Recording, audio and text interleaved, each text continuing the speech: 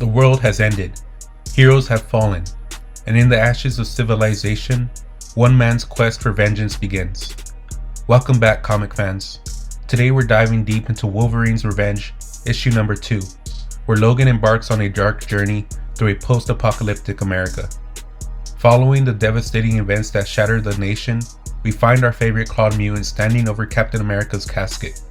But this is just the beginning.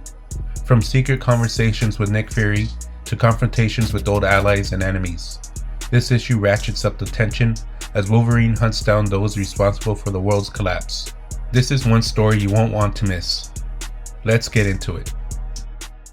Our story begins in the aftermath of Asteroid M. The United States government has collapsed, civilization has crumbled, and standing before Captain America's flag-draped casket is the man they call Logan, his expression harder than the adamantium laced through his bones. "Damn it, you can come out, Fury. I know you're there." Nick Fury emerges from the shadows, his one good eye reflecting nothing but defeat. The perspective widens to reveal a room filled with flag-draped caskets, the fallen heroes of the world that couldn't be saved.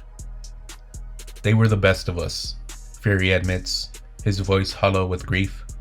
"But if I'm honest, maybe they were lucky to go so clean, being spared what's to come." Logan confronts him about the mission, how Fury set an LMD instead of going himself.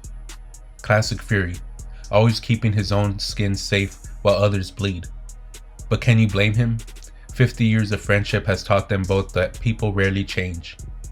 Fury's assessment of the situation is bleak. The Empire has fallen. Hundreds of millions will die. All that's left of America is a handful of nuclear submarines, and even those loyal sailors will eventually become warlords and pirates. "I've seen the horror of one world, war, faced my worst nightmares in the jungle, and endured the cold hell of the Cold War," Fury tells Logan, weight of decades hanging from every word. "I promise you, this is going to be worse." Fury's plan? Find a nice bottle of bourbon, a good gun, and wait for the inevitable. But Logan has other plans. Because when the world ends, the Wolverine doesn't hide. He hunts. 3 months later, the Dakotas, we find Logan trudging through the dense woods when a Jeep pulls up before him.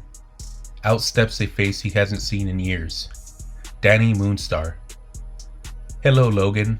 I hope you weren't trying to sneak up on us." Trespassing or not, Logan has come for a reason. In a world without power, Danny's territory glows with electricity, and Logan knows exactly why and who is responsible.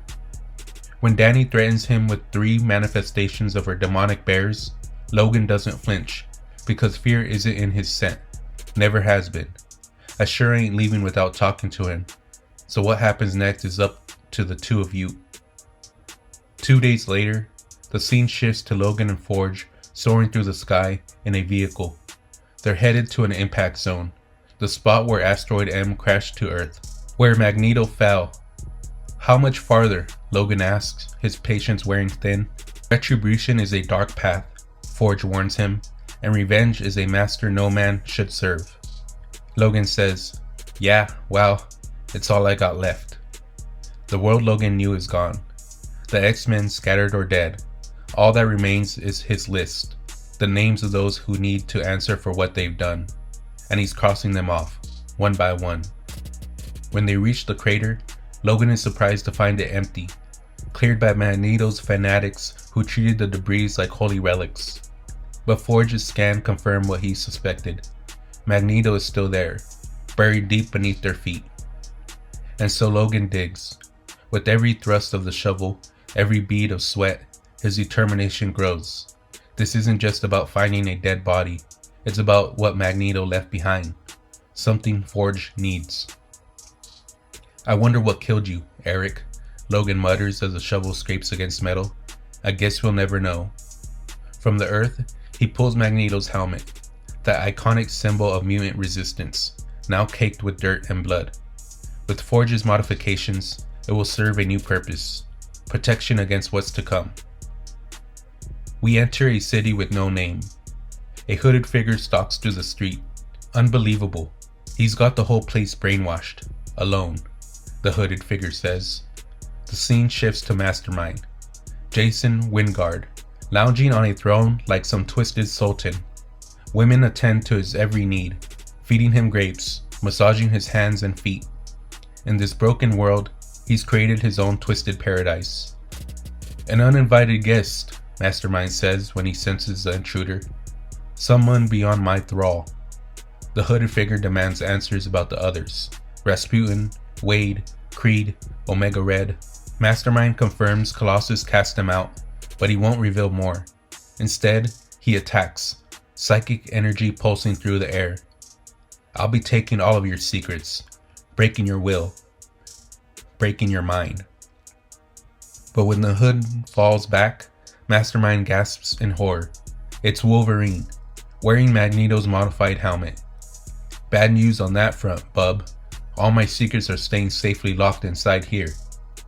Panic floods Mastermind's face as he realizes his powers can't penetrate the helmet's shielding.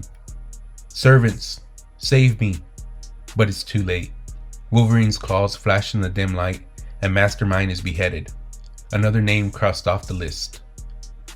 Later, Forge tells Logan that his people have electricity because he refurbished Shi'ar pulse drive and converted it into a dynamo, a power source that should last 50 to 60 years, all courtesy of his mutant gifts as a builder. Forge works on Mastermind's severed head, extracting the information Logan needs. It's gruesome work, but necessary. This isn't a world for the squeamish anymore.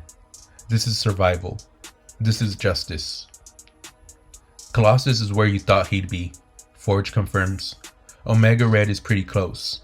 Deadpool shows up in multiple locations. And Creed? Right here. Looks like he's made a home in the desert.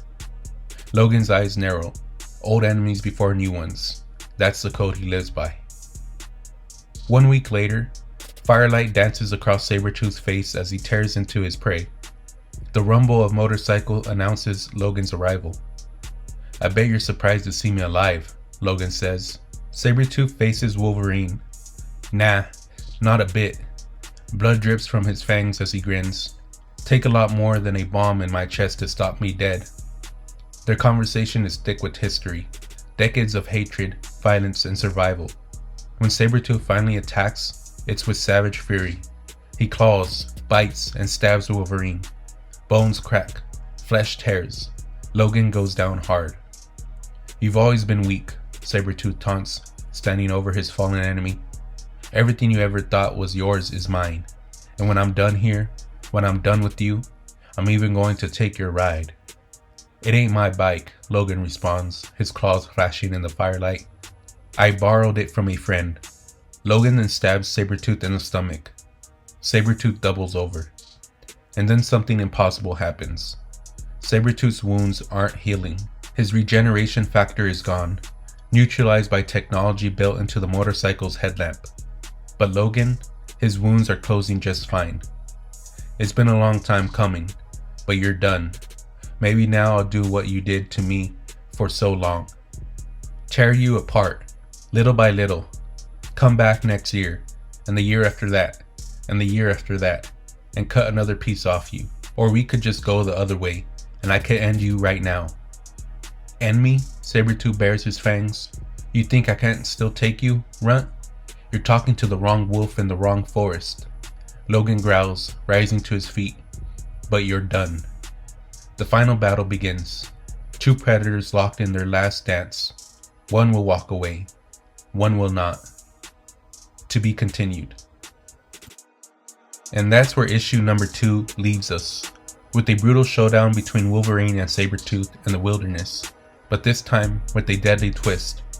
Through this issue, we've watched Logan methodically work his way through his hit list, from retrieving Magneto's helmet with Forge's help to taking down Mastermind in his makeshift kingdom.